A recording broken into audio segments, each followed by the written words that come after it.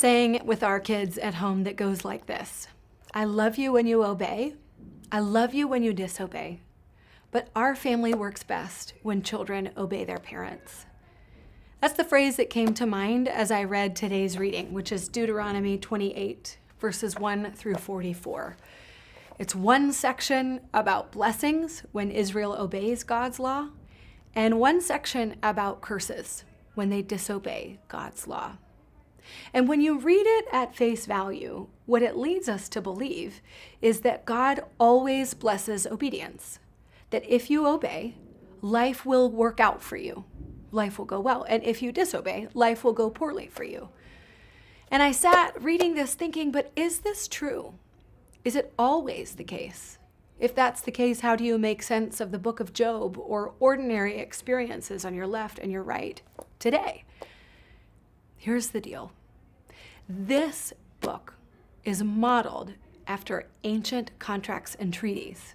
So what we're seeing here parallels other cultures' treaties with their lords.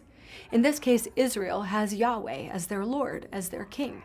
So it was customary to list out the law and then say, here's what's going to happen if you obey the law, and here's what's going to happen if you break the law. So that's what we're reading here. This is what it does for Israel.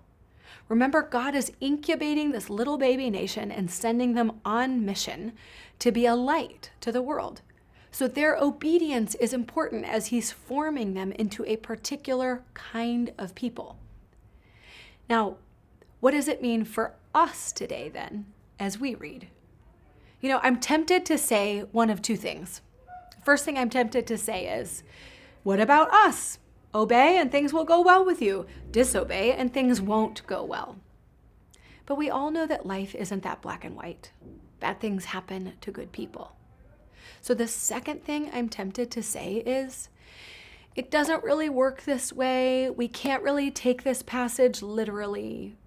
And I think the truth is somewhere between those two things.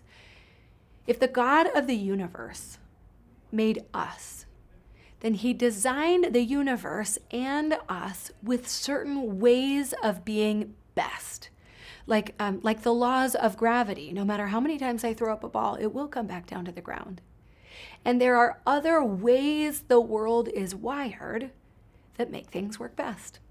So when we follow God's way, God's definitions of what's good and right and true, generally, we are working in the way he's designed and life will go better. That doesn't mean we'll be rich. That doesn't mean we won't get sick. Doesn't mean we'll experience breakdown. But in general, our lives will go better when we live the way God intends.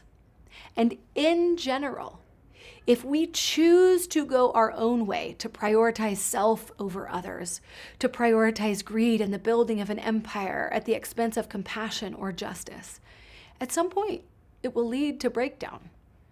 At one point, Moses makes it as clear as, this day I've set before you, life or death, choose life. So while I'm not going to tell you this black and white, obey every single letter in this law, this is a particular story written to particular people in a particular time, and yet the principle remains true. That God loves us when we obey, God loves us when we disobey, but our world goes better when children obey their parents, when humans obey the way set out by a loving and good God. My question for you today is, if we're using this language of obedience, what are the ways you are actively obeying God? And what are the ways you are bristling at that word or bristling at obeying at all? We're all kind of obeying something, following a way. Which way are you following today?